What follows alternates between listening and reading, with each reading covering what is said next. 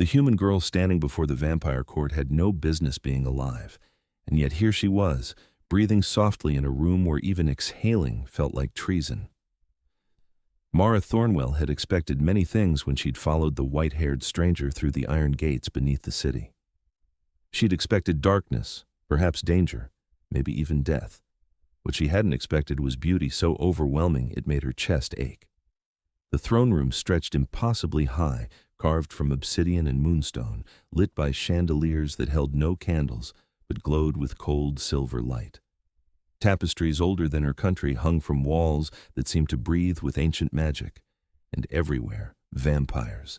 Dozens of them, perhaps hundreds, their pale faces turned toward her with expressions ranging from curiosity to outright hostility. At the center of it all, seated on a throne of black crystal, was him, King Velric Draven. He looked exactly as the legends described and nothing like them at all. White hair fell past his shoulders, pristine as fresh snow, contrasting sharply with skin the color of marble. His eyes were silver, not red as she'd imagined, and they fixed on her with an intensity that made her feel simultaneously seen and dissected. He wore black, layers of it, elegant and severe, with silver clasps at his throat and wrists. Everything about him spoke of power held in perfect check, of centuries of absolute authority worn as casually as his coat. "You brought a human here." His voice rolled through the chamber like distant thunder. He wasn't looking at Mara now, but at the vampire who'd escorted her, a younger male with nervous hands, into the heart of our realm, into this sacred hall. "My lord, I can explain." "I'm sure you can, Lucien. The question is whether your explanation will spare you the consequences of such spectacular foolishness." Valric rose from his throne in one fluid movement. Several vampires in the crowd shifted, their hunger palpable even to Mara's human senses. "Do you understand what you've done? The laws you've broken?" Mara found her voice, though it came out smaller than she'd intended. "He saved my life." Every eye in the room snapped back to her. The attention felt like physical weight. Valric descended the steps from his dais with impossible grace, each footfall silent. Did he now? And what danger could possibly justify bringing a human into our world? What threat so dire that exposing our existence, our location, our very laws seemed reasonable? She lifted her chin, refusing to cower despite every instinct screaming at her to run. "There were 3 men. They cornered me in an alley near the warehouse district. I fought back, but—" She swallowed. Lucien appeared. He stopped them. But one of the men had a gun, and he fired. The bullet hit Lucien. They ran when they saw the blood, saw what he was. I helped him get away, but he was weak. He said the nearest safe place was here." "How convenient." A female vampire stepped forward from the crowd, her white hair braided into an intricate crown. "A human just happens to need saving. A vampire just happens to reveal himself. And now, she just happens to know our greatest secret." Lady Seraphine raises a valid point. Valric stopped 3 paces from Mara, close enough that she could see the silver flecks in his eyes, the inhuman perfection of his features. "You've seen too much. You know too much. Under our laws, there's only one acceptable response to such exposure." "You're going to kill me." Mara surprised herself with how steady her voice sounded. "That's why there are so many of you here. This is a judgment." "An execution," Seraphine corrected coolly. "Humans who learn of our existence cannot be permitted to live. It's the first law, the oldest law." Mara's heart hammered against her ribs, but she forced herself to meet Valric's gaze. "Then do it. But don't punish Lucien. He was trying to do the right thing." Something flickered across Valric's face, too quick to name. "You would plead for his life? He brought you here to die." "He brought me here to live. Those men would have killed me. Or worse." She wrapped her arms around herself, suddenly cold. "If I die now, at least it's quick. At least it means something. He tried to help someone. That shouldn't cost him everything." "How remarkably noble." Valric tilted his head, studying her like a puzzle with missing pieces. "Or remarkably foolish. I haven't decided which." He turned to address the assembled court, his voice rising to fill every corner of the vast chamber. "For 3,000 years, no human has set foot in this hall. Not as guest, not as prisoner, not even as cattle. This sanctuary has remained inviolate, our last refuge from a world that would destroy us if they knew we existed. And yet tonight, that sanctity has been shattered. The crowd murmured, angry sounds that raised the hair on Mara's arms. By rights, the girl should die, Valric continued, pacing now, his coat sweeping behind him. By rights, Lucien should die for bringing her. The law is clear. It has always been clear. He paused, his back to the crowd, and Mara could have sworn she saw his shoulders tense. But I find myself curious.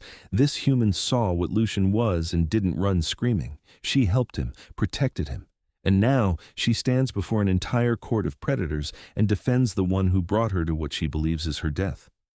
He turned, and his silver eyes locked on Mara's with laser focus. Why? The question caught her off guard. Why what? Why help him? Why not flee? You'd seen what he was. You knew the danger. Mara thought about it, about the moment in the alley when Lucien had crumpled, his shirt dark with blood that shimmered wrong in the streetlight, about how his eyes had met hers, afraid and ashamed and desperate.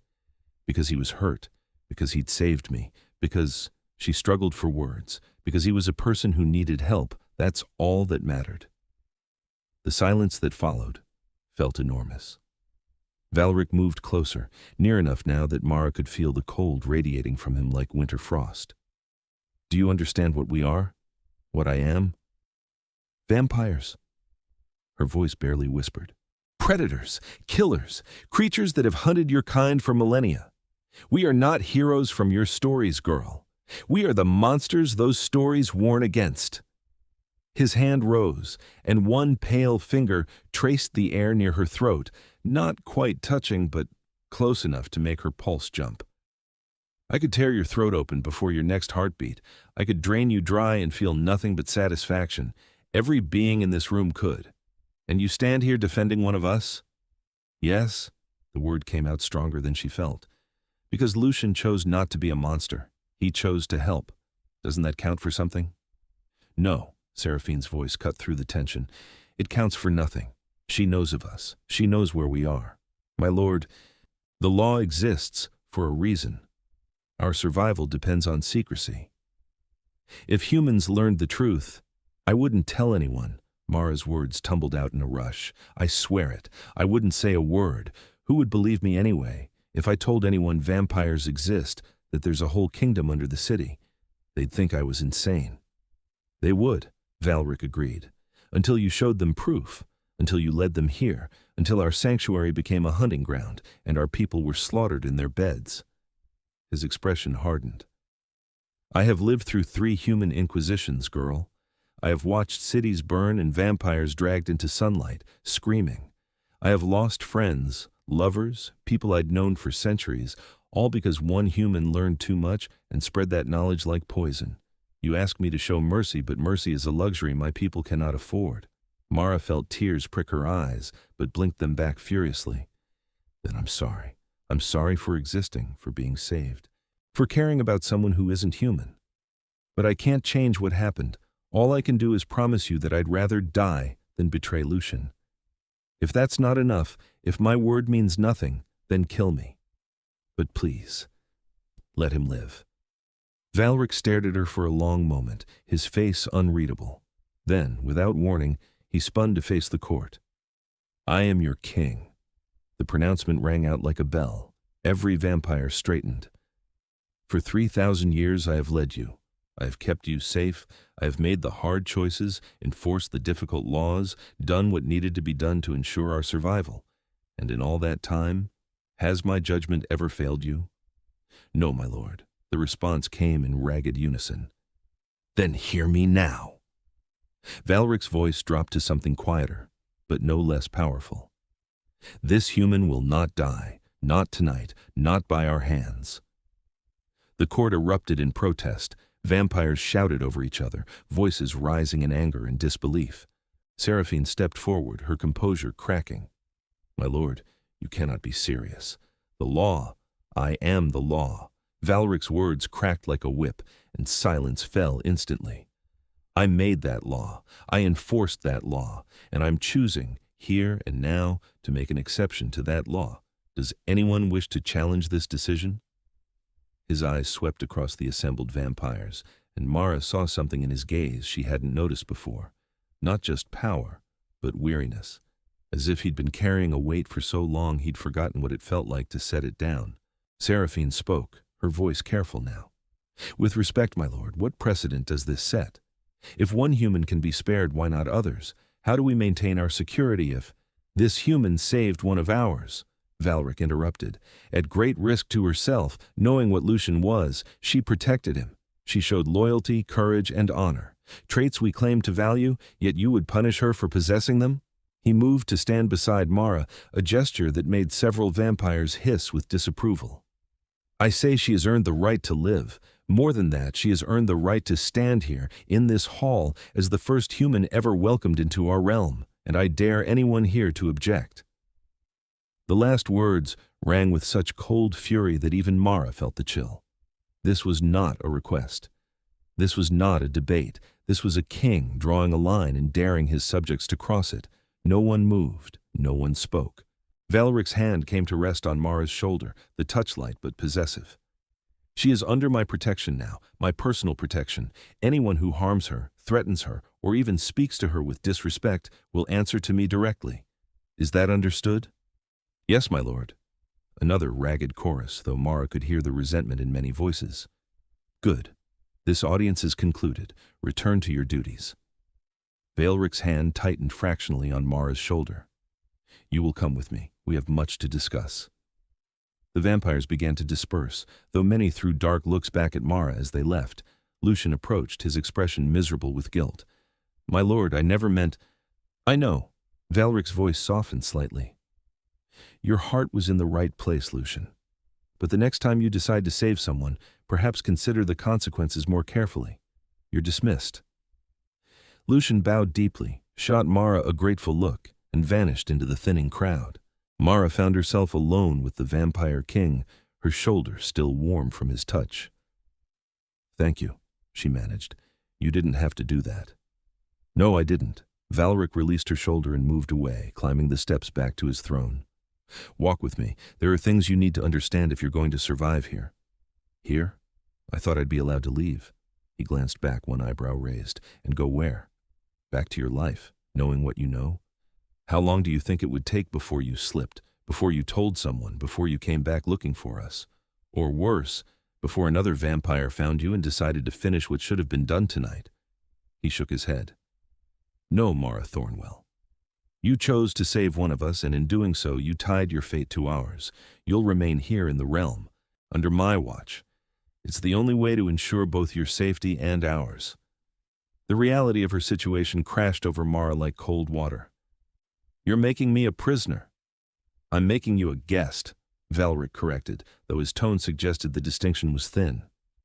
"You'll have quarters, freedom to move about certain areas, access to what you need, but you cannot leave, not yet. Perhaps not ever. That depends entirely on you. On whether I try to escape. On whether you prove trustworthy." He resumed walking, leading her through a doorway behind the throne into a corridor of polished stone. "I took a significant risk tonight. Girl, I went against 3 millennia of law to spare your life. Do you know why?" Mara hurried to keep pace with his longer stride. "Because I helped Lucien?" "Partially, but mostly because I'm tired." He said it so matter-of-factly that it took a moment for the words to register. "I'm tired of being what the law demands.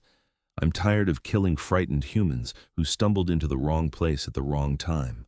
I'm tired of watching my people become the very monsters humans believe us to be." He stopped at a large window that looked out over an underground city, buildings carved from stone and lit with that same sourceless silver light. "When I created that law, humans were burning us alive. They hunted us with religious fervor, believing they were doing divine work. The law was necessary. But it's been centuries since the last real persecution. Humans have forgotten we exist. They've rationalized us into fiction, and yet we still cling to our fear, our isolation, our certainty that we are forever at war with your kind." He turned to face her, and in his eyes, Mara saw not the ancient king, but something rawer, lonelier. "You stood in a room full of predators and defended one of us. You saw past the monster to the person. That's rare, Mara. precious even. I couldn't kill you for that, I wouldn't." The words hung between them, intimate and strange. "What happens now?" Mara asked quietly. "Now, I show you to your rooms. Tomorrow we begin the impossible task of figuring out how a human and a kingdom of vampires learn to coexist." A ghost of a smile touched his lips. "It should be interesting, if nothing else." He led her deeper into the palace, through corridors lined with paintings of battles and ceremonies, past doors carved with symbols she didn't recognize. Other vampires passed them, bowing to Velric and staring at Mara with expressions she couldn't read: fear, anger, curiosity. She kept her eyes forward and her breathing steady, hyper-aware of every sound, every shadow. Finally, Velric opened a door into a suite of rooms that stole her breath. The space was beautiful in a way that felt almost aggressive, all dark woods and rich fabrics, with a bed large enough to sleep four and a window that looked out over the underground city. Books lined one wall. A fireplace crackled with flames that gave off heat but no smoke. "This is mine," Mara whispered. "You're giving me this?" "I told the court you were under my protection. That means you deserve accommodations befitting that status." Velric moved to the fireplace, staring into the flames. "There are clothes in the wardrobe, books if you enjoy reading. Food will be brought to you, real food, not blood, in case you were concerned. The door locks from the inside. You're safe here." "From everyone but you," he looked at her sharply. "I am not going to hurt you, Mara. Despite what you may think, I don't make a habit of terrorizing humans. You just keep them prisoner in your palace.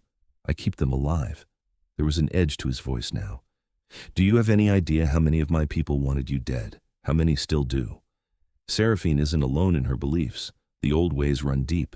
There are vampires in this court who would see your presence as an insult, a weakness, a threat. I can protect you from most of them, but only if you stay close. Only if you don't give them reason to act."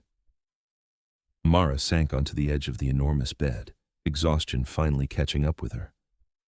"Why did you really save me? It can't just be because you're tired of killing." Velric was silent for a long moment.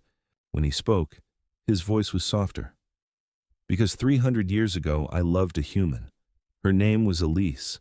She was brave and stubborn and far too clever for her own good. She learned what I was, and instead of running, she stayed. For 20 years we had something extraordinary. And then she grew old, and I stayed young, and I watched her die by inches until there was nothing left but memories." He turned away from the fire, his face shadowed.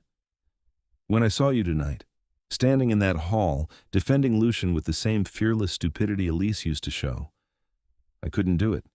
I couldn't kill another human with that kind of courage. So I didn't. Call it sentiment, weakness, whatever you like, but that's the truth." The confession stunned Mara into silence.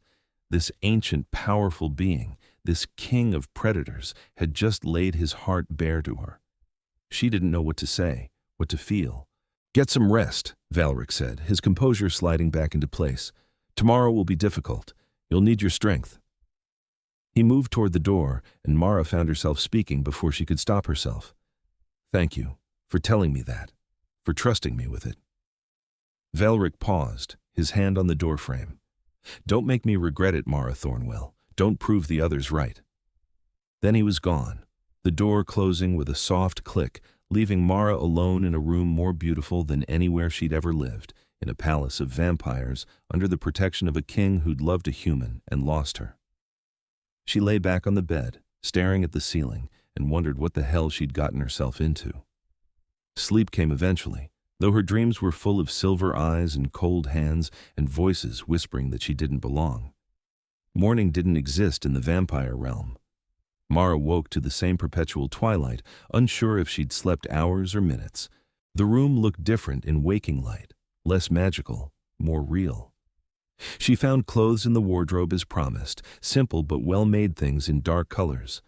She dressed quickly, then stood at the window watching the underground city come to life. Vampires moved through streets below, some alone, some in groups. They looked almost human from this distance, though their movements held a grace no human could match. A knock at the door made her jump. "Come in," she called, expecting a servant. Valric entered carrying a tray of food. The domesticity of the image jarred with his regal appearance. He'd changed clothes, but still wore black, still moved with that unsettling perfect grace. "I thought you might be hungry." He set the tray on a small table near the window. "It's nothing elaborate. We don't keep much human food here, as you might imagine." Mara approached cautiously.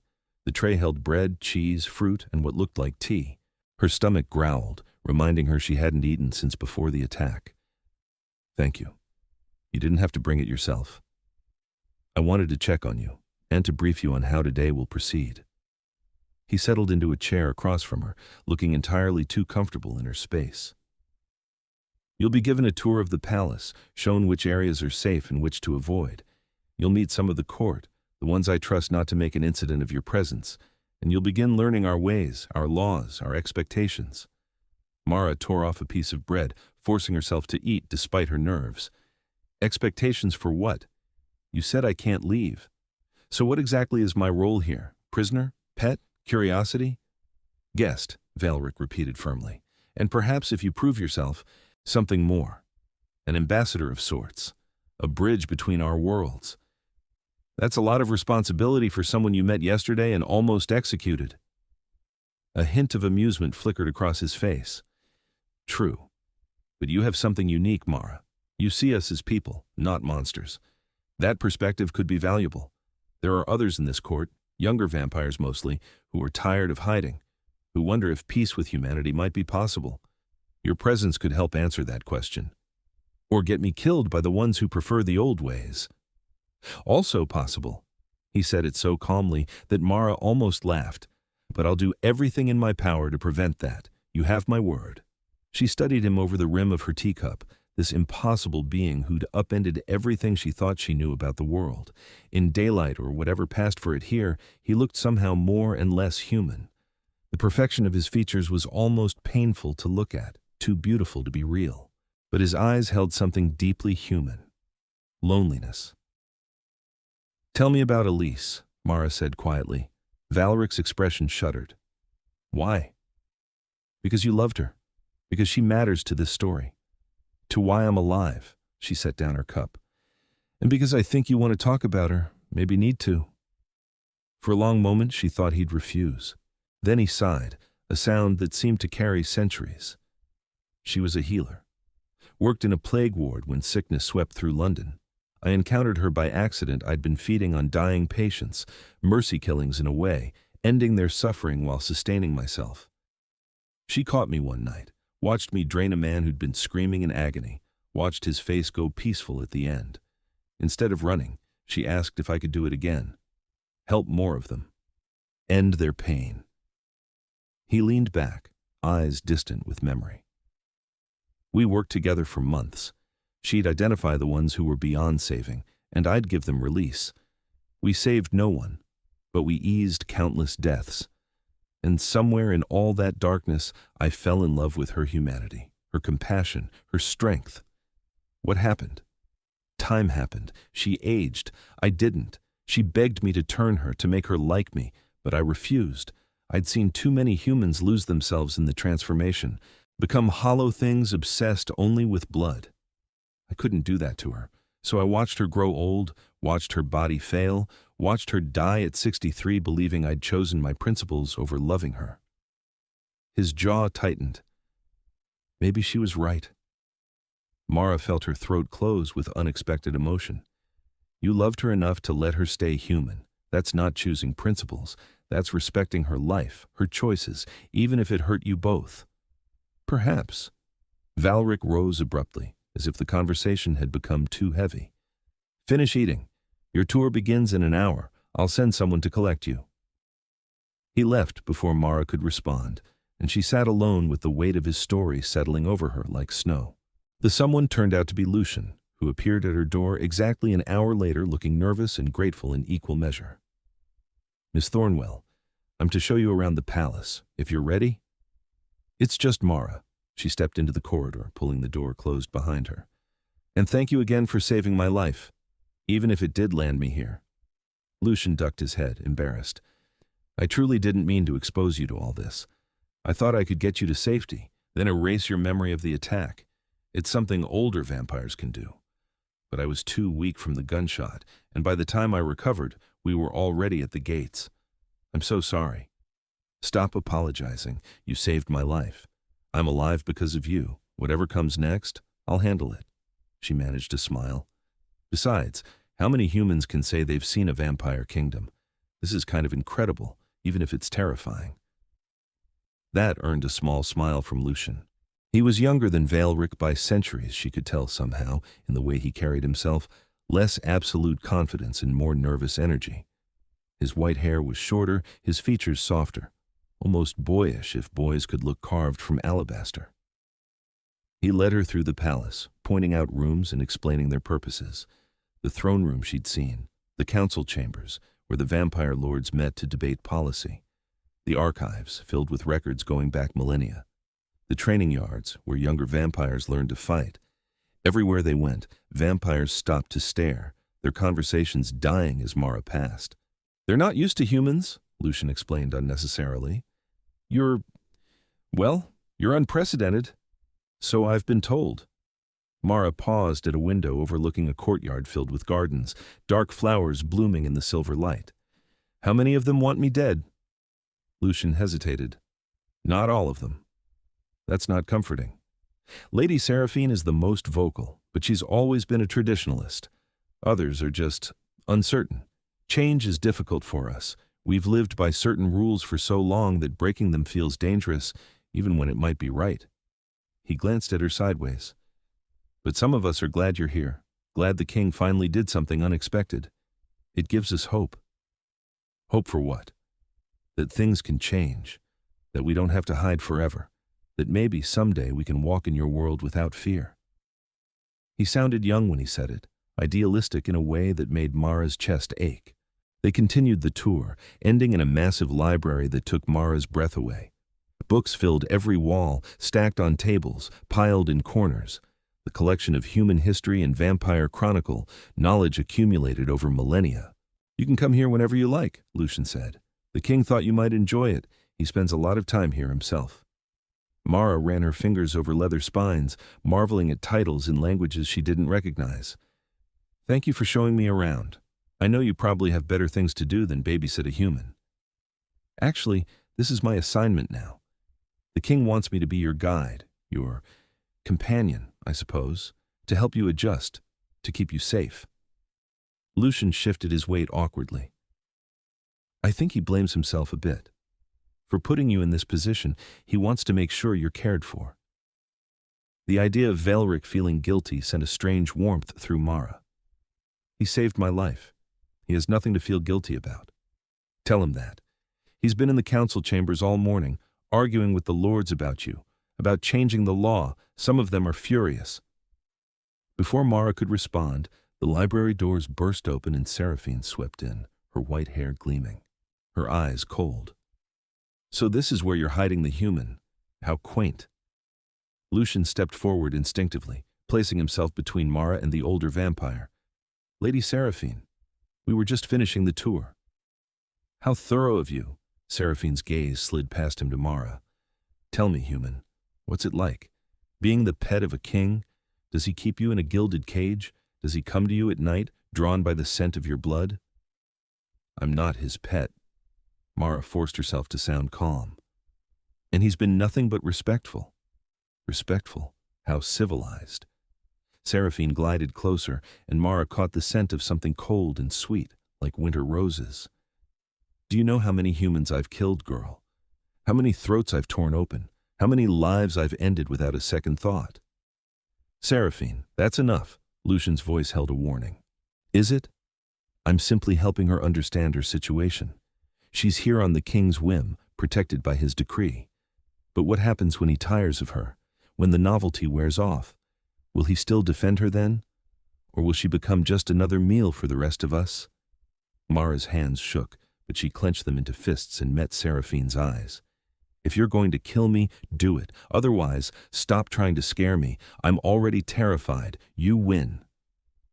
Something flickered in Seraphine's expression. Surprise, maybe. Or respect. You have courage. I'll grant you that.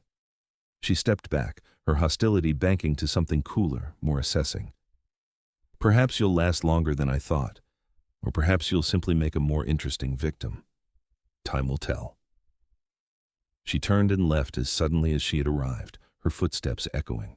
Mara released a breath she hadn't realized she was holding. She really hates me.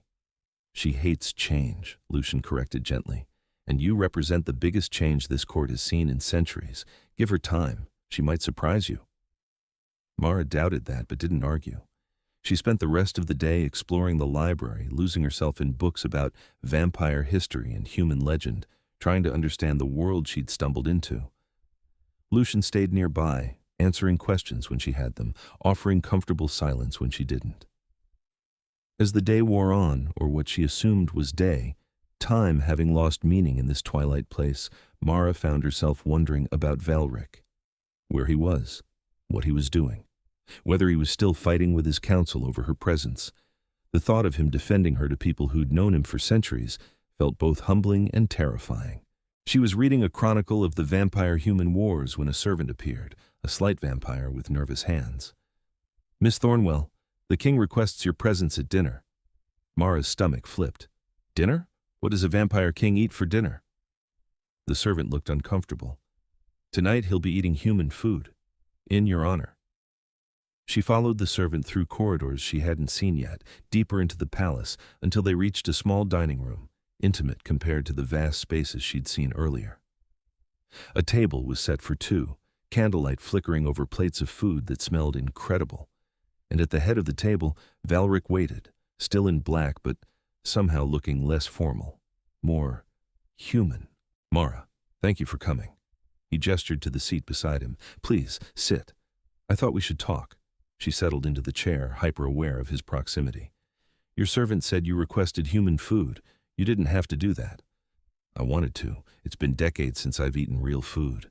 I miss it sometimes, though it does nothing for me nutritionally." He poured wine into 2 glasses with practiced ease. "Besides, I thought you might appreciate a familiar meal. I know today has been overwhelming." "That's an understatement." Mara accepted the wine, sipping carefully. It tasted expensive, complex. "Lucien gave me a tour. We met Lady Seraphine in the library. She was welcoming." Valric's expression darkened. "She threatened you." "More like tried to intimidate me. It worked, for the record." Mara set down her glass. "She's right, though, isn't she? I'm here on your whim. If you change your mind, if you decide I'm not worth the trouble, what happens to me? That won't happen. You can't know that. You barely know me.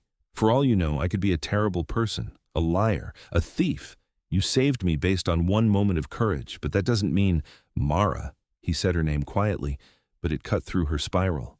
"I saved you because you proved yourself worth saving, and every moment since has reinforced that decision. You're here because you deserve to be here, not as a pet, not as a curiosity, but as a person under my protection. Nothing is going to change that. Do you understand?" The intensity in his voice, in his eyes, stole her breath. "Why do you care so much? You don't owe me anything." "Don't I?" Valric leaned back, studying her. "You could have left Lucien to die. You could have run when you had the chance. Instead, you stayed. You helped. You put yourself at risk for someone you didn't know, of a species you'd probably never believed existed. That kind of goodness is rare, Mara, in humans or vampires. I won't see it extinguished because my people are too afraid to embrace change." Mara felt heat rise in her cheeks. "I'm not that special. I just did what anyone would. No, what anyone should do. There's a difference." He poured more wine, his movements elegant and controlled. "I spent all day arguing with the council about you, about changing the laws that would see you dead, about opening our world, even slightly, to the possibility of human contact. It was exhausting, but also exhilarating. I haven't fought for something, really fought, in longer than I can remember. You've reminded me what that feels like." They ate in comfortable silence for a while, and Mara marveled at how normal it felt. Sharing a meal with a 3,000-year-old vampire king should have been terrifying, surreal. Instead, it felt almost easy. He asked about her life, her family dead, she explained. A car accident 3 years ago that left her alone. She asked about his rule, the challenges of governing immortal beings who'd seen empires rise and fall. They talked about books, music, the strange beauty of the underground city. At some point, Mara realized she was enjoying herself. More than enjoying, she was happy. Despite everything, despite the danger and the uncertainty and the very real possibility of death, she felt more alive in this moment than she had in years. "You're smiling," Valric observed, his own lips curving slightly. "What are you thinking? That this is insane, that I should be terrified, that everything about this situation is wrong and impossible and—" She laughed, surprising herself. "And I don't care. I'm having dinner with the Vampire King and it's the best night I've had in forever. How messed up is that?" "Not messed up." Valric's voice dropped, became something softer. "Unexpected, maybe, but not wrong. Sometimes the most impossible things are the ones worth holding on to." Their eyes met across the table, and Mara felt something shift between them, an awareness, a connection that went deeper than gratitude or curiosity. It should have scared her. Instead, it felt like inevitability. "I should go," she said quietly, though she didn't move. "Let you get back to being king. Or you could stay."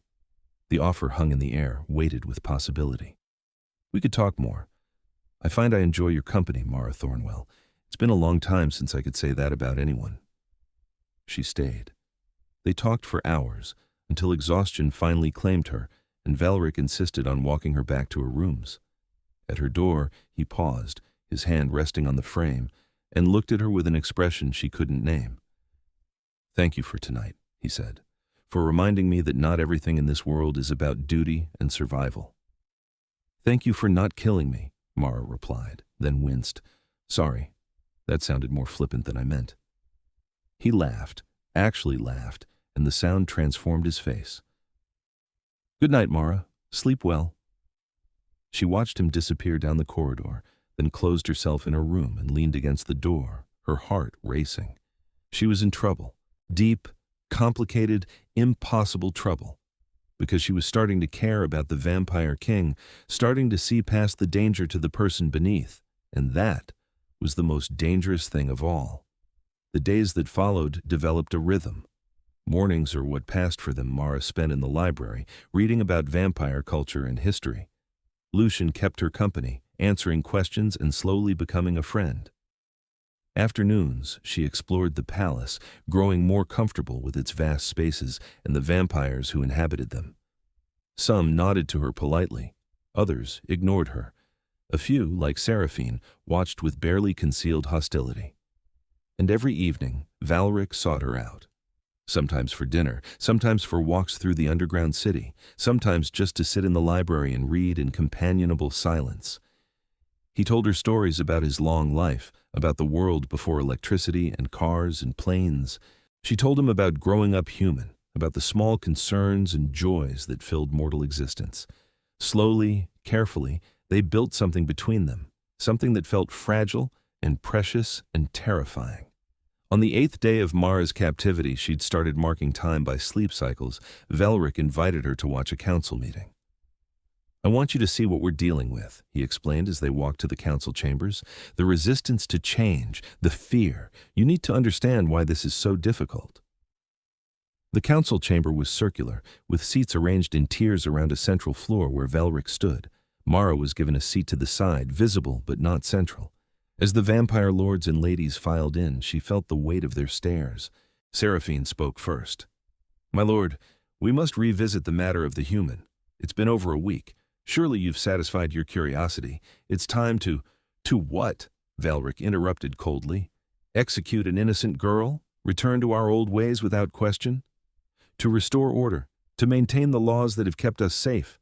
Seraphine's voice was sharp. "Your personal feelings aside, her presence destabilizes the court. There have been whispers, my lord, questions about your judgment, about whether sentiment has compromised your leadership." "Let them whisper." Valric's voice cut through the chamber.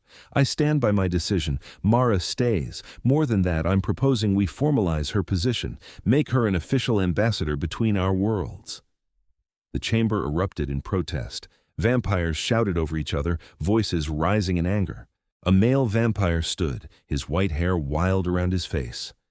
"You would have us negotiate with humans? After everything they've done to us? After everything we've done to them, Valric corrected sharply. Or have you forgotten the villages we've slaughtered, the innocents we've killed? This isn't a simple story of victims and villains, Lord Drexel. Both sides have blood on their hands. We are predators. Another vampire stood, her voice shaking with rage. It's our nature to hunt, to feed. You would have us apologize for existing? I would have us evolve. Valric's words rang out clear and hard. I would have us become more than base instinct and ancient grudges. We have the capacity for reason, for mercy, for growth. Why shouldn't we use it? Because it will get us killed. Seraphine was on her feet now. You're playing with fire, Valric. One human girl has charmed you, and now you want to throw open the gates? Invite humanity to see us, know us, hunt us again? No. I want us to stop hiding like frightened children. Valric moved to stand at the center of the chamber, commanding every eye. For 3,000 years I have led with caution, with fear, with the certainty that humans would destroy us if given the chance. And perhaps I was right. Perhaps I kept us safe. But I also kept us isolated, stagnant. We've become shadows of ourselves, afraid to change, afraid to hope for anything better.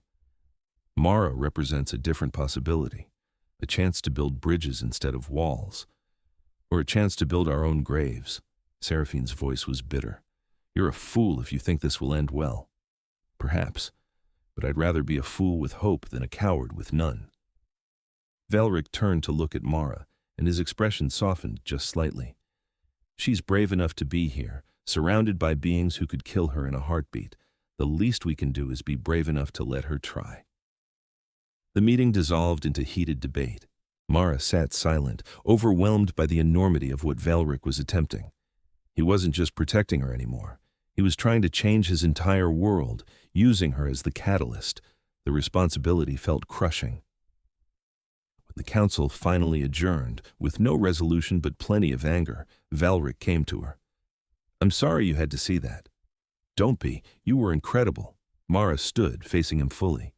But Valric, I don't know if I can be what you need me to be. An ambassador? I'm nobody. I'm just a girl who helped a vampire and got lucky. You're more than that. Much more. He took her hand, the touch sending electricity up her arm. I know I'm asking a lot. Too much, probably.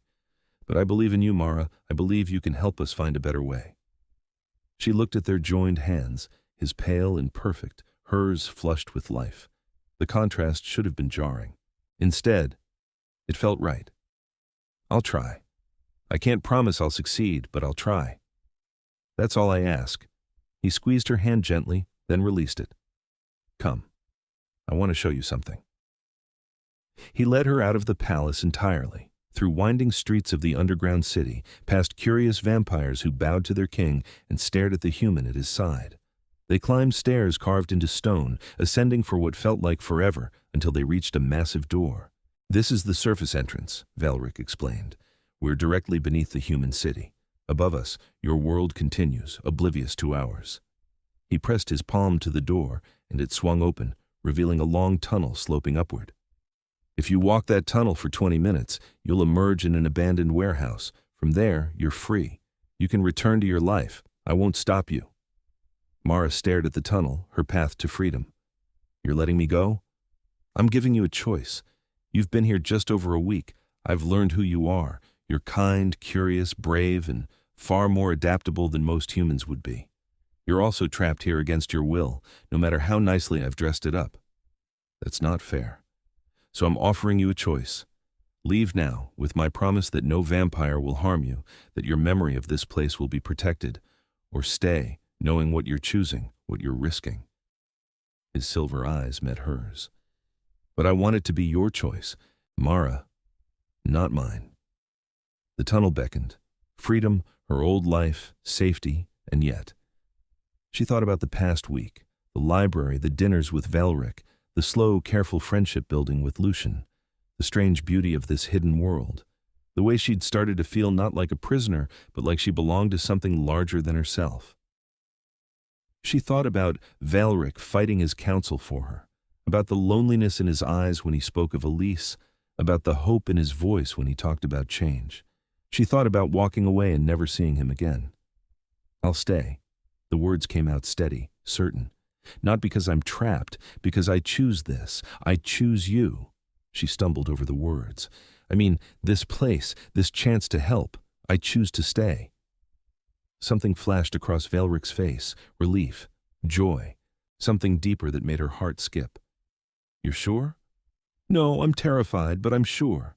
She stepped back from the tunnel, back toward him. You asked me to be brave, so I am. I'm choosing the impossible thing. Valric closed the distance between them in a single fluid step, his hands framing her face with infinite gentleness. Mara Thornwell, you are extraordinary. She felt his breath cold but not unpleasantly so ghost across her skin, felt the barely restrained power in his touch. I'm really not. I'm just trying to do the right thing. That's what makes you extraordinary. His thumb brushed her cheek and she shivered. I haven't felt this way in 300 years. Since Elise, I thought I was incapable of it anymore, that I'd lived too long, seen too much. But you've proven me wrong. Valric. She didn't know what to say, how to finish the thought. I'm falling in love with you. He said it simply, as if commenting on the weather. I've been falling since the moment you stood in my throne room and defended Lucien. Since you chose courage over survival. Since you stayed here and tried to understand us instead of hating us. I'm falling, and I don't know how to stop. I'm not sure I want to. Mara's breath caught. I'm human. I'll age. I'll die. We can't. I know, believe me, I know. I've lived this tragedy before. But that doesn't change how I feel.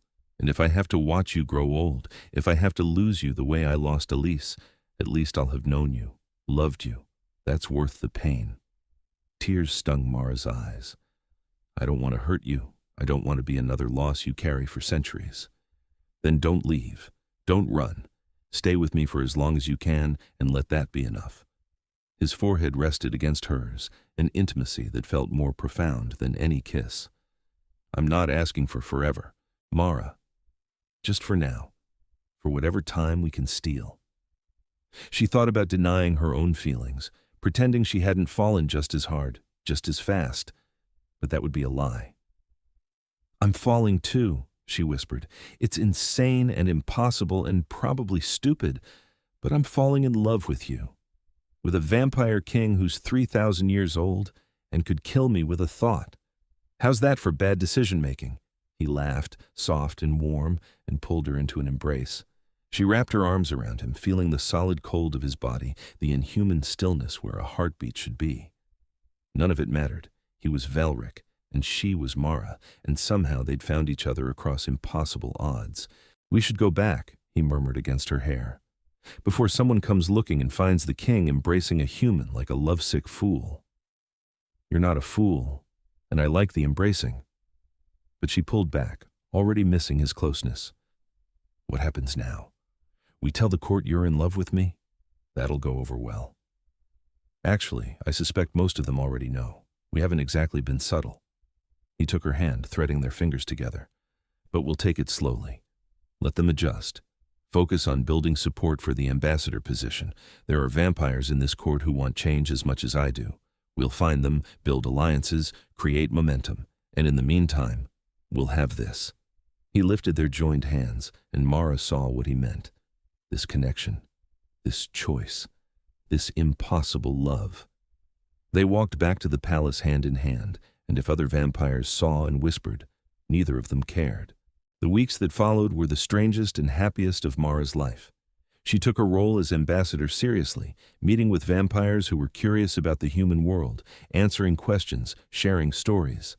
Slowly, carefully, she began to build bridges.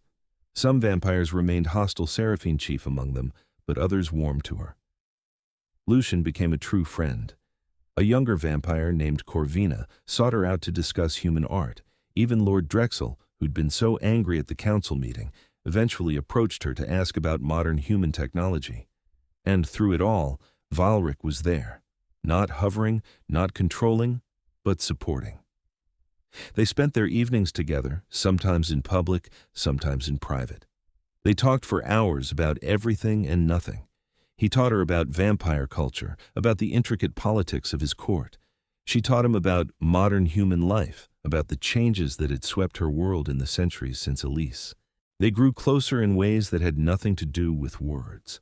The way his eyes sought her out in any room, the way her heart lifted when he appeared, the casual touches that became more frequent, more intimate, the unspoken certainty that they belonged to each other, despite every reason they shouldn't. One evening, about a month after her arrival, Mara found Valric in the library surrounded by ancient texts. He looked up as she entered, and his expression softened immediately. "Working late?" she asked, settling into the chair beside him. "Researching. There has to be a way." He gestured to the books.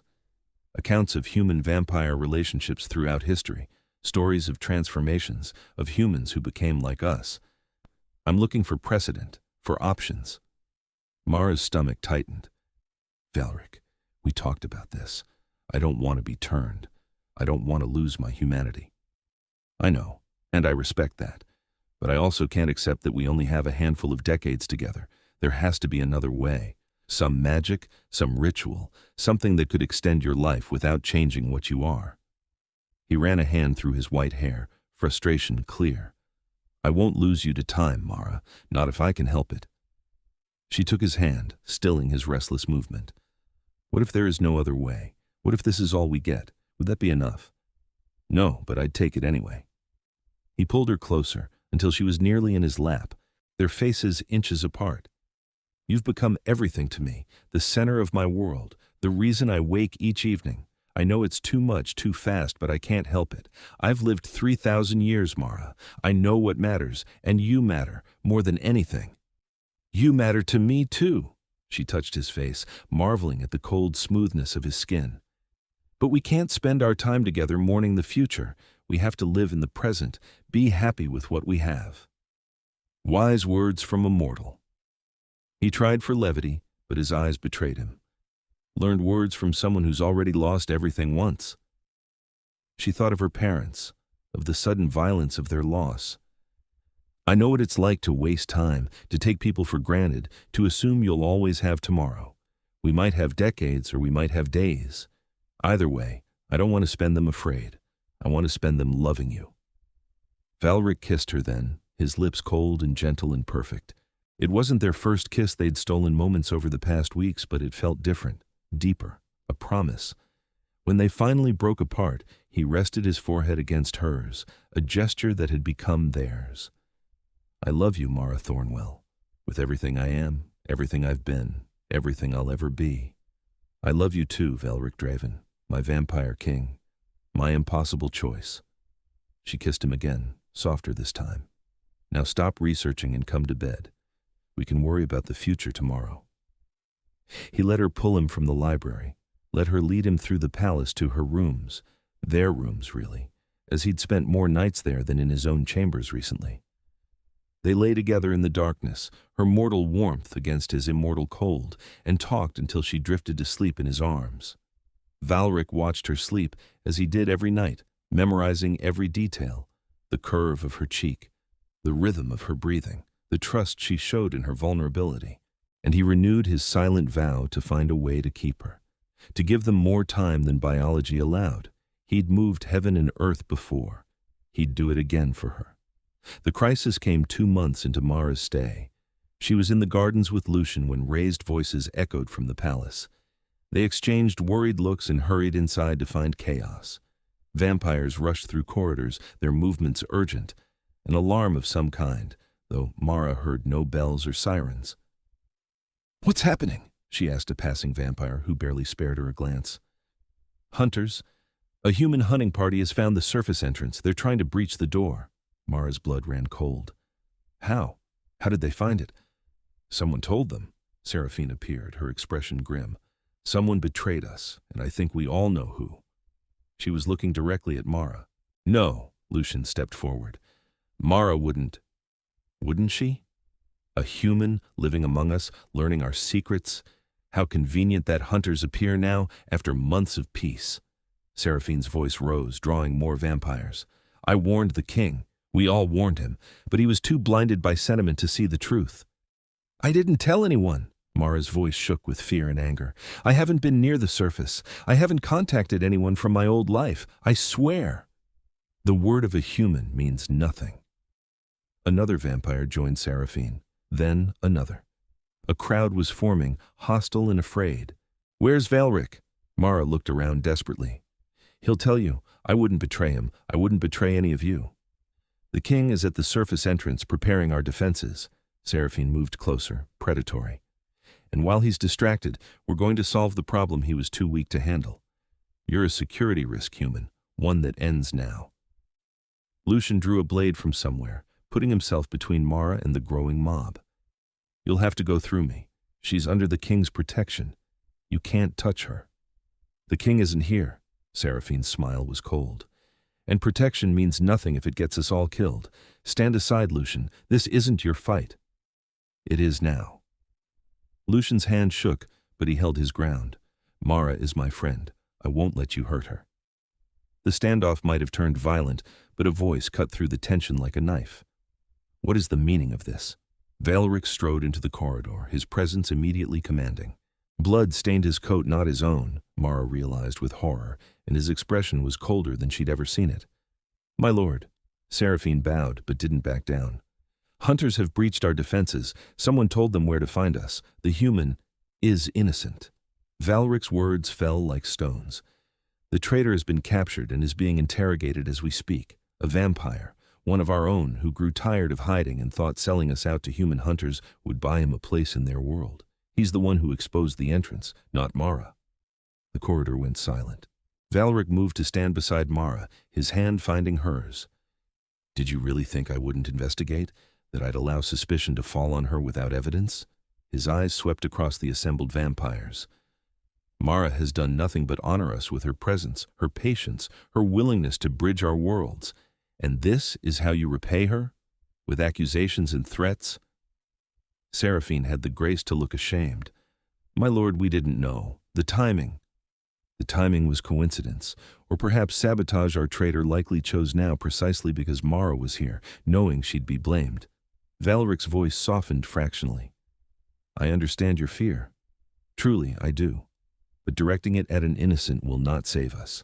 Now, I need every capable fighter at the surface entrance. The hunters are better armed than we anticipated. If we don't stop them here, they'll flood our home. The vampires dispersed quickly, fear of invasion overriding their hostility. Soon, only Lucien, Seraphine, Valric, and Mara remained. I'm sorry, Seraphine said quietly. I was wrong to accuse her without proof. But my lord, you must understand. She represents everything we've feared for so long. Having her here feels like inviting danger into our midst. I know, but hiding from fear means living in fear. I'm tired of it, Seraphine, aren't you? Valric's question was gentle, almost sad. How much longer do we cower in the dark? Seraphine didn't answer, but something in her expression shifted. She bowed and left without another word. Lucien sheathed his blade. I should join the others, help with the defense. Thank you, Mara said softly, for standing up for me, for believing me. Always. Lucien squeezed her shoulder, nodded to Valric, and disappeared down the corridor. Alone, Valric pulled Mara into his arms, holding her tight. She felt him trembling with anger or fear. She couldn't tell. Maybe both. Are you all right? He asked. Shouldn't I be asking you that? You're the one who just fought hunters. She pulled back to look at him properly. That blood. Not mine. They wounded a few of our people before we pushed them back. The entrance is secure now, but it was close. Too close. His jaw tightened. If the traitor had given them better intelligence, if they'd come in larger numbers. But they didn't. You stopped them. She touched his face, drawing his focus back to her. You protected everyone, including me. Again. I should have protected you better. You were nearly killed by my own people. Because of me, because I brought you here. Because you chose hope over fear. That's not something to regret. She kissed him softly. I'm fine. Scared, but fine. We're both fine. That's what matters. He kissed her back harder this time, with an edge of desperation. I nearly lost you. If I'd been even a minute later, but you weren't. Stop torturing yourself with what-ifs. She leaned into him, grounding them both. What happens to the traitor? Exile. We'll erase his memories and leave him in the human world with no knowledge of who or what he was. It's a mercy he doesn't deserve.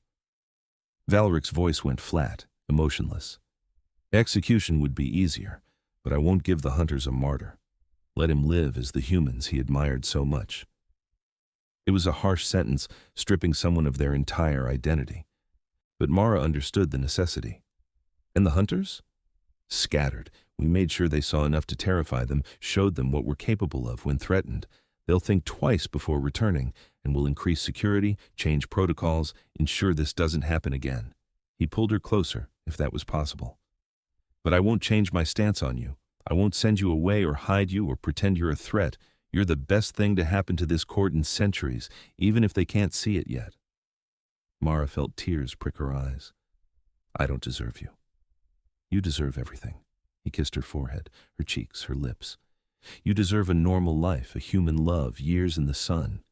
Instead, you're trapped underground with a vampire who can offer you nothing but danger and darkness, and still you stay. Still you choose this. Choose me. Every time, she meant it with her whole heart. Every single time I choose you. They stood like that for a long while, holding each other, letting the fear and adrenaline fade. Eventually, Valric led her back to their rooms where they spent the night wrapped around each other, silent and close, grateful for survival. In the days after the attack, something shifted in the court. Vampires who'd avoided Mara began to seek her out, apologizing for Seraphine's accusations, asking questions about the human world with new curiosity. The crisis had reminded them how fragile their isolation was, how easily their hiding place could be discovered.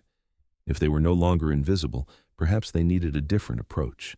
Perhaps the king had been right about building bridges. Seraphine herself came to Mara a week later, her pride clearly bruised but her sincerity evident. I owe you an apology, a proper one. I let fear make me cruel, and you nearly paid the price. Mara, who'd been reading in the library, set down her book. You were protecting your people. I understand that. Understanding doesn't excuse it. Seraphine sat across from her, elegant even in discomfort. I've lived a long time, Mara. Too long, perhaps. I've seen what humans can do to us when they are afraid. I've lost friends, lovers, family to human hatred. When you arrived, all I could see was history repeating, another human learning our secrets, another inevitable betrayal. But I didn't betray you, even when you threatened me. No, you didn't. Seraphine's expression softened. You stood there, surrounded by predators, and defended Lucien, defended the king, defended us, even as we accused you. That takes a kind of courage I'd forgotten existed. She paused. Valric was right about you. I see that now. And I'm sorry it took a crisis for me to understand. Mara felt a weight lift she hadn't realized she'd been carrying. Thank you. That means a lot. I'm not sure we can be friends. The gap between us is vast, and I'm old enough to be set in my ways. But I can be an ally. I can support what you and the king are trying to build. Seraphine rose gracefully. For what it's worth, I think he loves you. Truly loves you in a way I haven't seen since Elise. That's rare and precious and worth protecting, even if I don't entirely understand it. She left before Mara could respond, but the olive branch remained, extended and accepted. That evening, Mara told Valric about the conversation. He listened, his expression warm. Seraphine is proud. For her to apologize like that, to offer support, is enormous. You're winning them over, Mara, slowly but surely. Not me. Us. We're doing this together. She curled into his side on the sofa in their shared rooms. I've been thinking about something, though. About the future. What about it? She took a breath, steadying herself. I know you've been researching ways to extend my life, ways to give us more time. But Valric, what if we focused on making the time we have matter? Instead of fighting biology, we could fight for change. Real change. Opening diplomatic channels with humans, building trust, creating a world where vampires and humans can coexist safely. That would be a legacy. That would mean something. He was quiet for a long time. You're asking me to accept your mortality. I'm asking you to live with me instead of mourning me while I'm still here. She turned to face him fully. I know it's hard. I know you lost Elise and you're terrified of losing me the same way. But we can't let that fear steal our present. We have to trust that the time we get is enough. What if it's not? His voice was raw. What if 50 years pass in the blink of an eye, and suddenly you're gone and I'm still here, still alone, still facing eternity without you? Then you'll remember that we loved each other, that we built something beautiful and impossible. And maybe someday that will be enough. She kissed him gently. I can't promise you forever, Valric. But I can promise you every day I have, every moment, all of me for as long as I'm here. Isn't that worth something? It's worth everything. He kissed her back, slow and deep and full of love. You're right. You're always right. I'll stop fighting time and start cherishing what we have. I promise. Good. Because I plan to make every day count, and I'll need your help for what I want to do next. He raised an eyebrow. What are you planning? I want to reach out to the human world. Officially. Not as a kingdom announcing its presence, but as an idea. A possibility. I want to publish essays about coexistence, about seeing differences as strengths instead of threats. I want to plant seeds in human consciousness so when the day comes that your world and mine collide openly, people are ready, or at least willing to listen. She sat up, excited now. I can write under a pseudonym, work through intermediaries. No one has to know I'm living with vampires. But I can start changing the narrative, preparing the ground. Valric stared at her, something like awe on his face. You brilliant, impossible woman, that's actually a good plan. A long-term plan that doesn't require exposing us immediately but builds toward eventual revelation. I love it. I love you. I love you too. Now help me figure out the logistics. We have work to do. They spent the next hours planning, strategizing, laughing at the impossibility of it all. And Mara felt something settle in her chest. Purpose, direction, hope. She was building a future, even if she wouldn't be there to see its culmination. But Valric would, and the world would be better for what they started together. The months that followed were full and rich. Mara began writing her essays, working with Valric and a small group of trusted vampires to refine her message. They sent her work to human publications through carefully constructed channels, and slowly her ideas began to spread. Articles about coexistence between different groups, think pieces on overcoming ancient prejudices, philosophy essays about seeing the humanity in the other. Nothing explicitly about vampires, but all of it laying groundwork. And the underground realm began to change too. More vampires sought out Mara, curious about the human world, willing to consider new possibilities. The ambassador position became real, with formal duties and responsibilities. She represented human interests in vampire discussions, offered perspective on how their decisions might affect the world above. She became a bridge, just as Valric had hoped. Their love deepened too, moving beyond crisis and into something steady and sure. They developed routines, evenings spent reading together, walks through the underground city, long conversations about everything and nothing. Valric introduced her to vampire culture more fully, taking her to concerts and art showings, events where she was no longer a curiosity but a welcomed guest. She taught him about modern human technology, showing him how to use a smartphone and laptop, tools that could help in their eventual diplomatic efforts. They fought sometimes, usually about his protective tendencies or her reckless willingness to trust vampires who hadn't earned it yet. But they always came back together, always chose each other, always remembered what they were building. On the anniversary of Mara's arrival, a full year underground, Valric surprised her with a gift. A necklace, delicate silver with a moonstone pendant. It's enchanted, he explained as he fastened it around her neck. Ancient magic, older than me. It'll protect you from vampire compulsion, ensure no one can manipulate your mind or memories. I should have given it to you sooner, but it took time to find one. I wanted you to have every possible safeguard. Mara touched the stone, feeling its subtle warmth. Thank you, though I trust you. I trust us. I know. But trust doesn't mean taking unnecessary risks. I want you safe, always. He pulled her close, swaying slightly as music drifted from somewhere in the palace. Dance with me?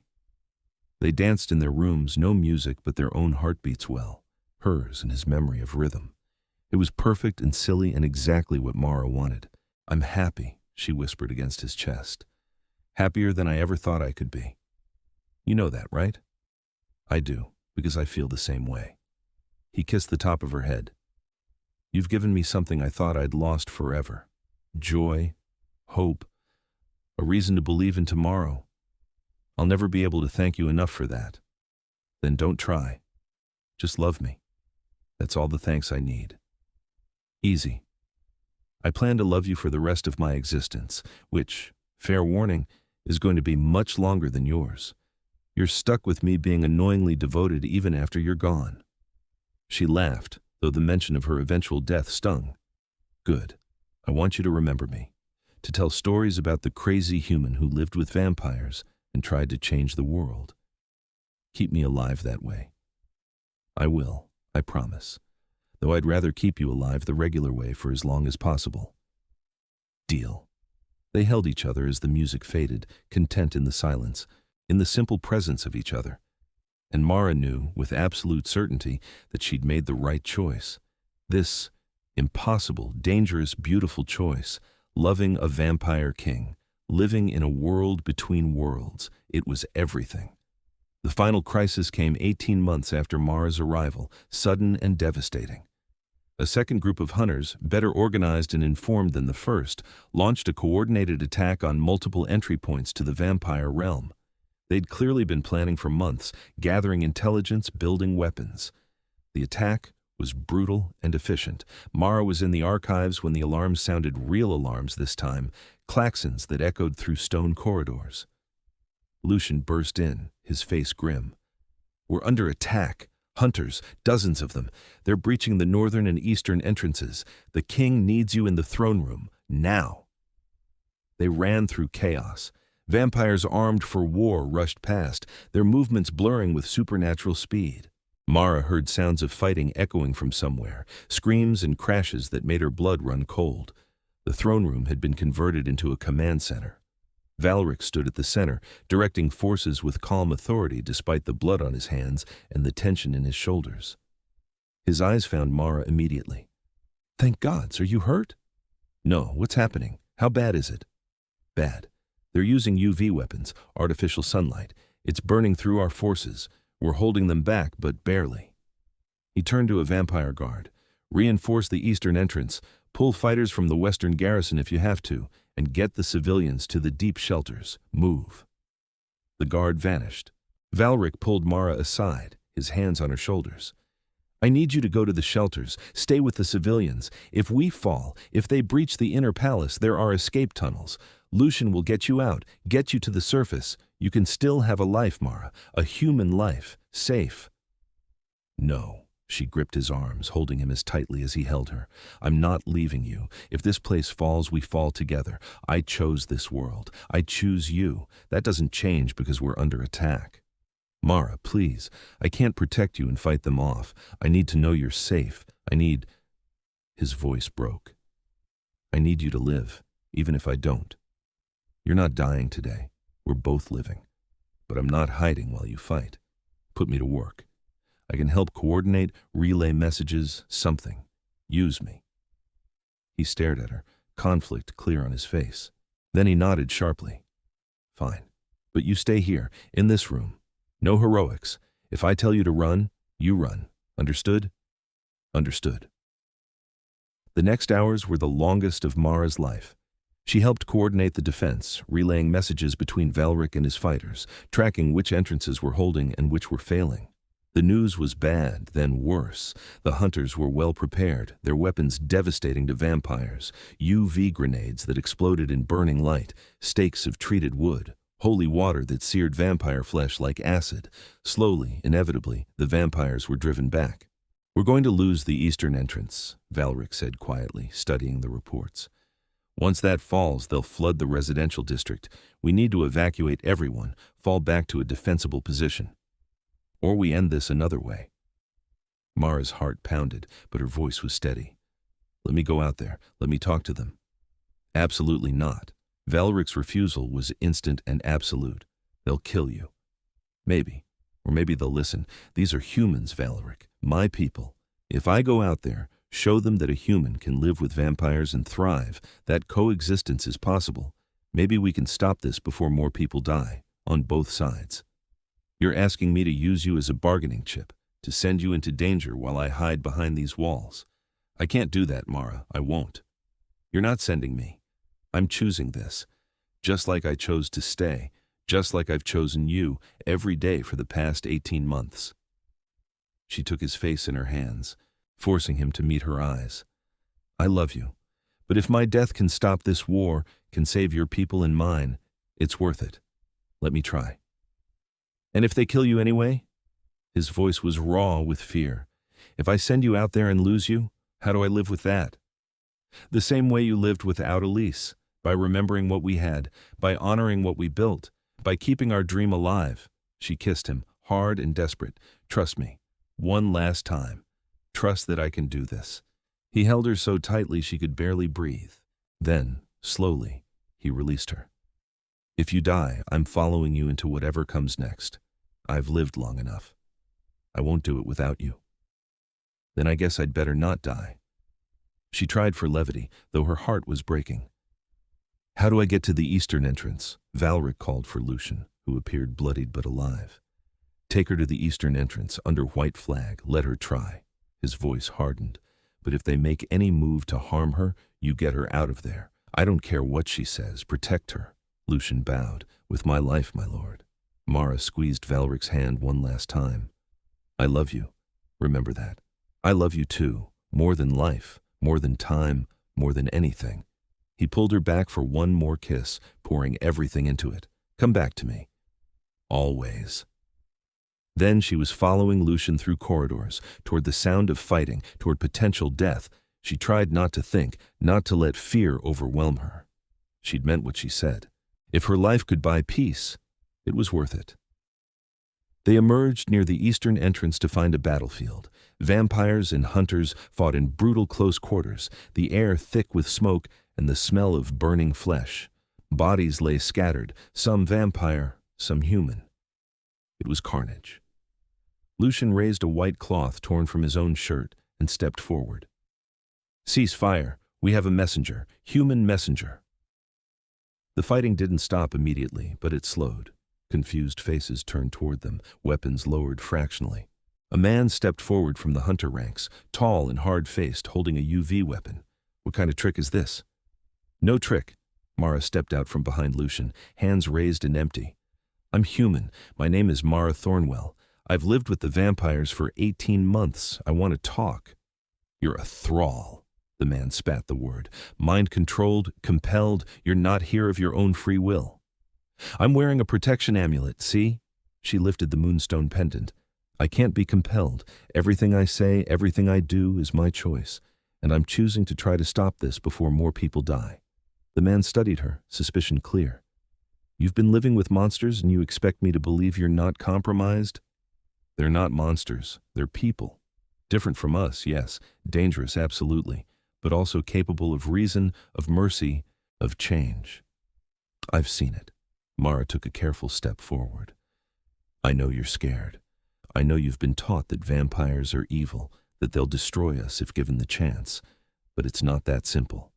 This realm has existed beneath our cities for thousands of years, and they've left us alone. They're not trying to conquer us. They're trying to survive. By feeding on us, by killing us, another hunter shouted. By taking what they need to live, just like we kill animals for food, for resources. Does that make us monsters? Mara's voice rang out clear. I'm not saying there aren't bad vampires, just like there are bad humans, but punishing an entire species for the actions of a few, attacking them in their homes, killing indiscriminately. How is that justice? How's that right? The lead hunter's weapon lowered slightly. What are you asking us to do? Walk away? Pretend we didn't find them? I'm asking you to negotiate, to talk instead of fight, to consider that there might be a better way than mutual destruction. She gestured to the carnage around them. Look at this. How many dead? How many wounded? And for what? Fear? Pride? Imagine if we used this energy to build understanding instead of weapons, to create coexistence instead of war. You're naive. But the man's voice lacked conviction. Maybe. Or maybe I'm the only one here brave enough to try something different. Mara met his eyes steadily. I've lived with vampires. I've seen their culture, their art, their capacity for love and loyalty. I've fallen in love with their king, and he with me. We're proof that both our peoples can bridge the gap, can find common ground. Don't throw that away because it's easier to keep killing, please. Silence fell across the battlefield. Vampires and hunters alike stared at Mara, this human woman pleading for peace in the middle of a war zone. The lead hunter looked back at his people, then at the vampires. Finally, he lowered his weapon completely. 1 hour. We'll give you 1 hour to bring your king here to negotiate. If he's willing to talk, really talk, we'll listen. But if this is a trick, if you're stalling, we'll finish this. All of it. Understood? Understood. Thank you. Mara turned to Lucien. Get Velric. Tell him we have a chance. The hour that followed was tense beyond words. Velric arrived with a small guard, his presence commanding immediate respect and fear from the hunters. He stood beside Mara, a united front, and began the impossible task of negotiating peace. The talks were hard, filled with accusations and justifications, ancient grievances and fresh wounds. But slowly, painfully, they found common ground. The vampires agreed to stop hunting humans entirely, to survive on animal blood and donated supplies. The hunters agreed to leave the realm alone, to keep its location secret, to allow the vampires to exist in peace. It wasn't perfect. It didn't solve everything, but it was a start, a foundation for something better. As dawn approached, real dawn, which would turn any vampire caught on the surface to ash, the hunters withdrew. The siege was over. The vampire realm had survived. Velric pulled Mara into his arms in front of everyone, vampire and human alike, and held her like she was the only thing keeping him anchored to the world. You did it. You actually did it. You stopped a war. We did it, together. She buried her face in his shoulder, exhaustion and relief crashing over her. Is it really over? For now, there will be challenges ahead, negotiations to finalize, trust to build. But yes, you've given us a future, Mara, a real one. Around them, vampires began to cheer. It started small, then built, until the entire throne room rang with celebration. They'd survived. They'd won. Not through violence, but through courage and hope, and one human woman's refusal to accept that war was inevitable.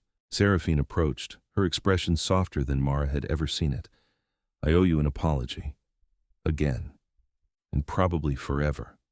You saved us all. You did what none of us could. You made them see us as people. Thank you. I had help. Mara squeezed Velric's hand. And I had something worth fighting for.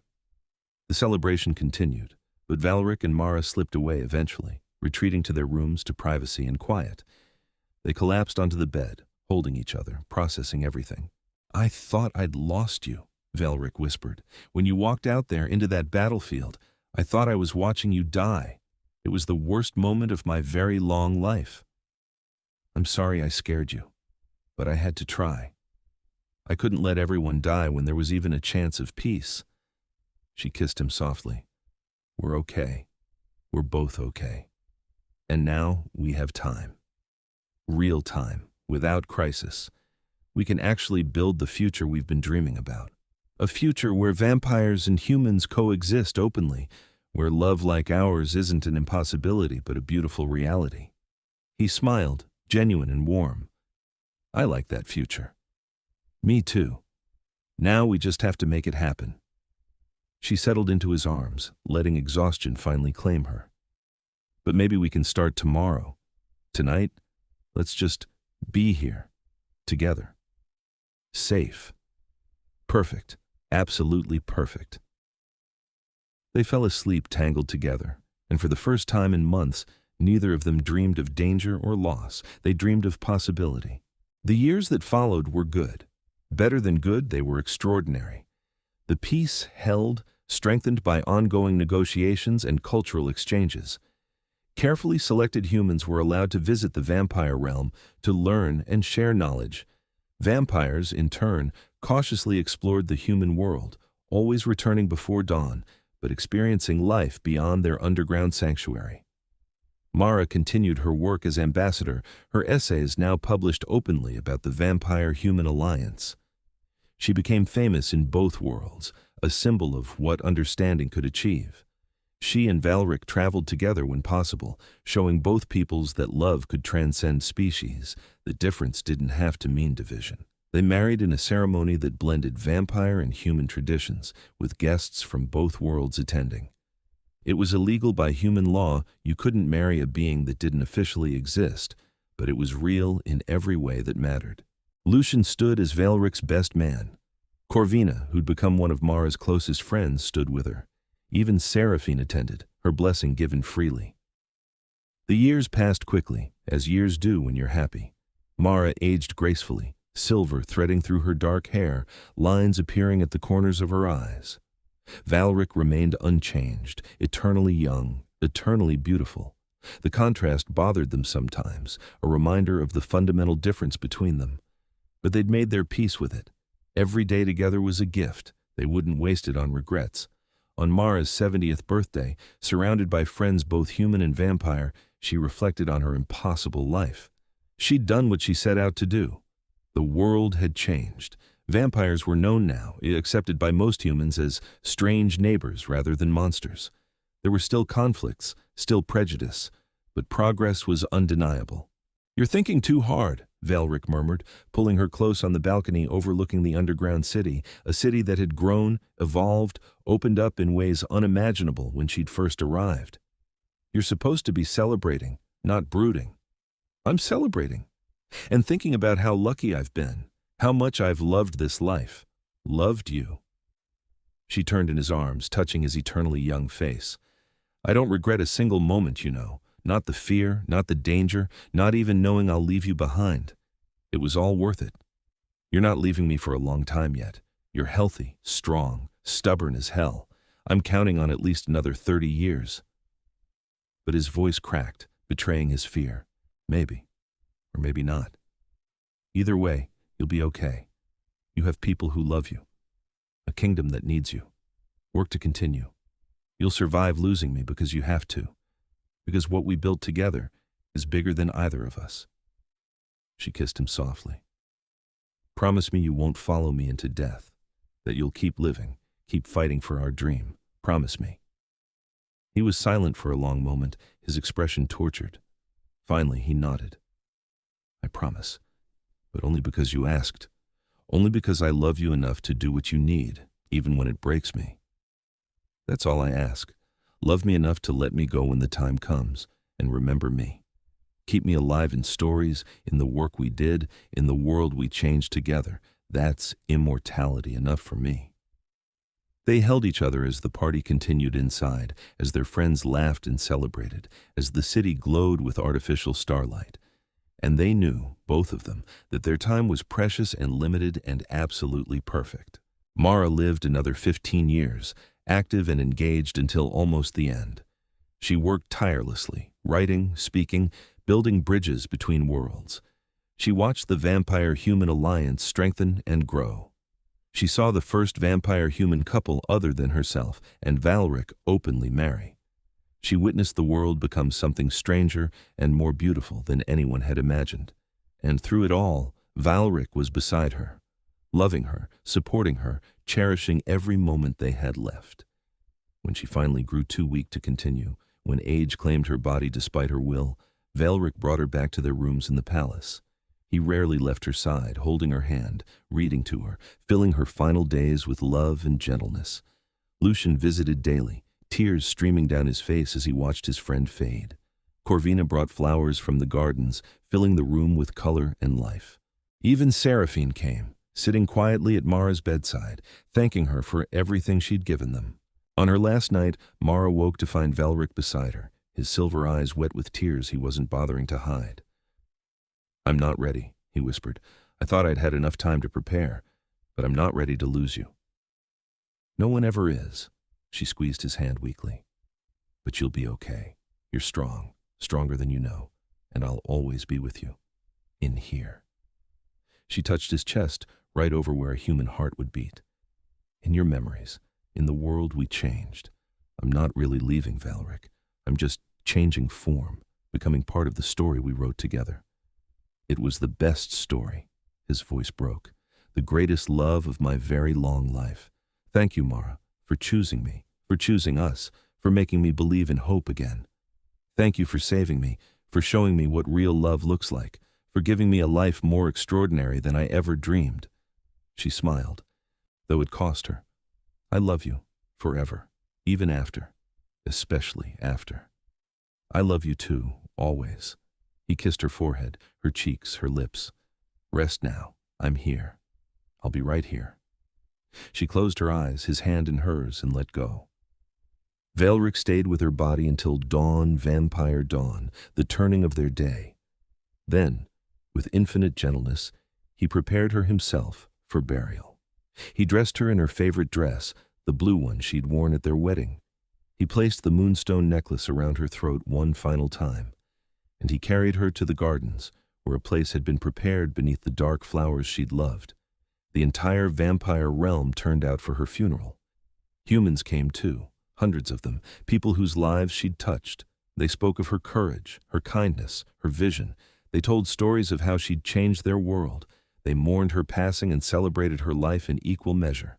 Valeric stood silent through it all, his face a mask of controlled grief. When everyone else had left, when he was finally alone with her grave, he allowed himself to break, to cry as he hadn't cried in centuries, to rage at the unfairness of mortal life, of time, of death itself. But he didn't follow her into darkness. He'd made a promise, and Valeric Draven kept his promises. Instead, he threw himself into their work with renewed purpose. He formalized the vampire-human alliance, creating structures and systems to support coexistence. He commissioned a statue of Mara in the palace gardens, immortalizing her in stone as she'd been in life, brave and beautiful and utterly human. He established a scholarship in her name, supporting humans who wanted to study vampire culture and vampires who wanted to understand humanity. Years passed, then decades. The world continued to change, to grow, to evolve. The alliance Mara and Valeric had built became the foundation for something even greater: true integration, where vampires and humans worked together, lived together, created together. Valeric never took another lover, never allowed anyone to replace what he'd had with Mara. But he wasn't alone. He had friends, purpose, the satisfaction of watching their dream become reality. And he had his memories, precious, perfect memories of the human girl who'd crashed into his world and changed everything. On the 100th anniversary of Mara's death, Valeric stood before her statue in the gardens, now surrounded by both vampire and human children playing together, and allowed himself a smile. "We did it," he whispered to her memory. "The world you dreamed of, it's real. Imperfect, still growing, but real. I hope, wherever you are, you can see it. I hope you know how much it mattered, what we built together, how much you mattered." The stone didn't answer, but somewhere, in the laughter of children who knew no division between species, in the peace that had reigned for a century, in the love that bridged impossible gaps, Mara's legacy lived on. And Valeric, king of vampires, loved by a human, changed by that love, continued to rule with wisdom and compassion, continued to believe in hope, in peace, in the possibility of better tomorrows, because she'd taught him to. Because love, even love that ends, transforms everything. Because she'd been the first human ever allowed inside, and she'd made every impossible thing possible.